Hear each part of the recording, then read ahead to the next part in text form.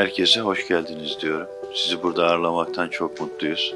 Birlikte hareket etmek gerekiyor. Dolayısıyla doğrudan diplomasinin odak noktası. Mesela bizim burada 150 milyon dolar, 160 milyon dolar gibi bir bütçe kullanılıyor. Peki hiç mi bir şey yapmayacağız? İdealist politikacılarla sivil toplumun gücünü kullanabiliriz. Kamusal farkındalık yaratmak ve politik karar alma süreçlerini buna zorlamak için dördüncü kuvvetten ve sivil toplumdan başka elimizde araç yok. Çok kritik bir noktadayız söyleyeceklerim itibariyle. Küresel iklim krizini engellemenin tek bir kaldıraç noktası var. Kamuoyu oluşması. Bunu da sağlayacak olan sivil toplum kuruluşları ve medya.